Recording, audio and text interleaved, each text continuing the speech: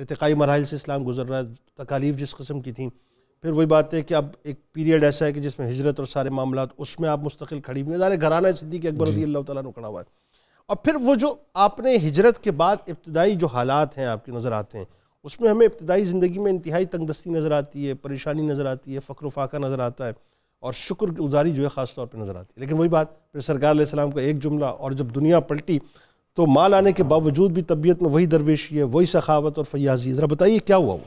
بسم اللہ الرحمن الرحیم والصلاة والسلام علی سید الانبیاء والمرسلین.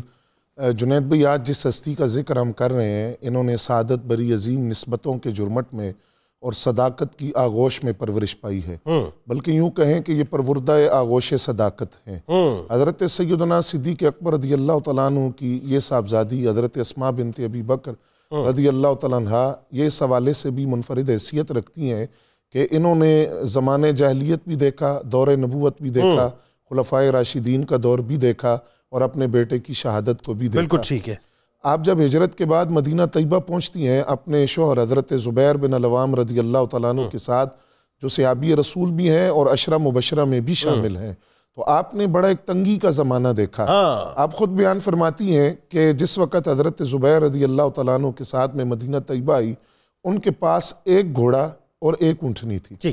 میں سارا دن اسی کو چارہ ڈالتی اور ان کے لیے پانی لاتی، ان کے لیے اونٹ کی جو کھجور کی گٹلیاں ہیں ان کو پیستی تھی اونٹنی کے لیے، پھر میں چمڑے کا ڈول سیتی، گھر کے لیے پانی میں خود لے کر آتی. کوئی غلام نہیں تھا، کوئی کنیز نہیں تھی. یہ مشکل حالات میں نے دیکھے. پھر فرماتی ہیں کہ ایک قطع زمین جو ہے نبی علیہ السلام نے ہمیں عطا کیا، جو بنو ندیر کے علاقے کے قریب تھا اور مدینہ طیبہ سے 6 میل دور تھا. تو آپ فرماتی ہیں کہ میں وہاں پیدل جاتی تھی اور کھجور کی جو گٹلیاں ہیں وہ پیس کر اس مقام تک میں لے کر جاتی.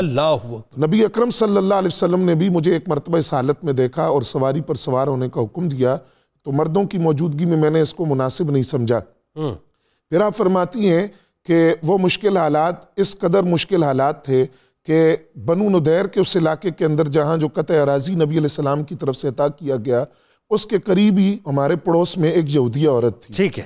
اب اس روایت کا مقصد بیان کرنے کا کیا ہے؟ آپ کی صاف گوئی، آپ کی سادگی اور آپ کی وہ مشکلات بیان کرنا. یہ بہت اچھی آپ بات کر رہے ہیں. بالکل ان مشکلات کو بیان کرنا. آپ فرماتی ہیں کہ اس نے ایک مرتبہ گوشت پکایا، اس گوشت کو جب بھونا گیا تو اس کی خوشبو مجھ تک پہنچی، تو میں آگ لینے کے لیے گئی اور اس خیال سے بھی کہ وہ مجھے دعوت دے گی تو میں اس کی دعوت کو قبول کروں گی. جب میں ایک مرتبہ گئی تو اس نے اس طرف توجہ نہ کی.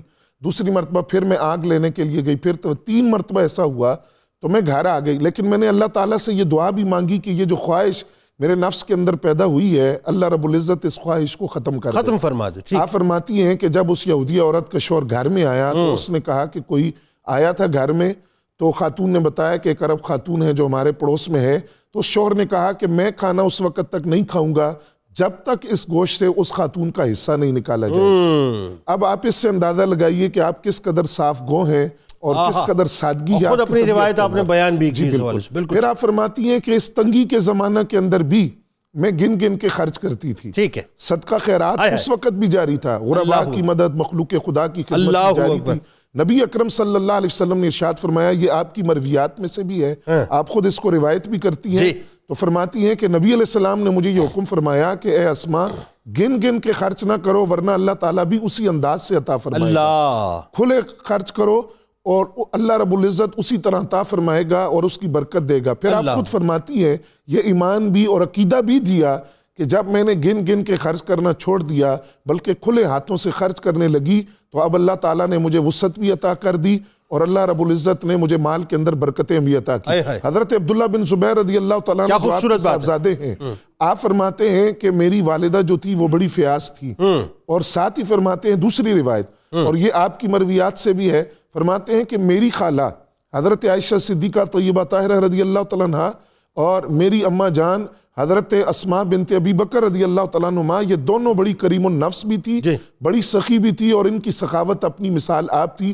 لیکن دونوں کی سخاوت کے اندر فرق تھا. وہ فرق یہ تھا کہ حضرت عائشہ صدیقہ رضی اللہ تعالیٰ عنہ پہلے مال کو جمع کرتی پھر اس کو خرچ کرتی. بالکل ٹھیک. میری والدہ کی سخاوت کا عالم یہ تھا کہ جو آتا وہ راہ خدا میں دے دیتی.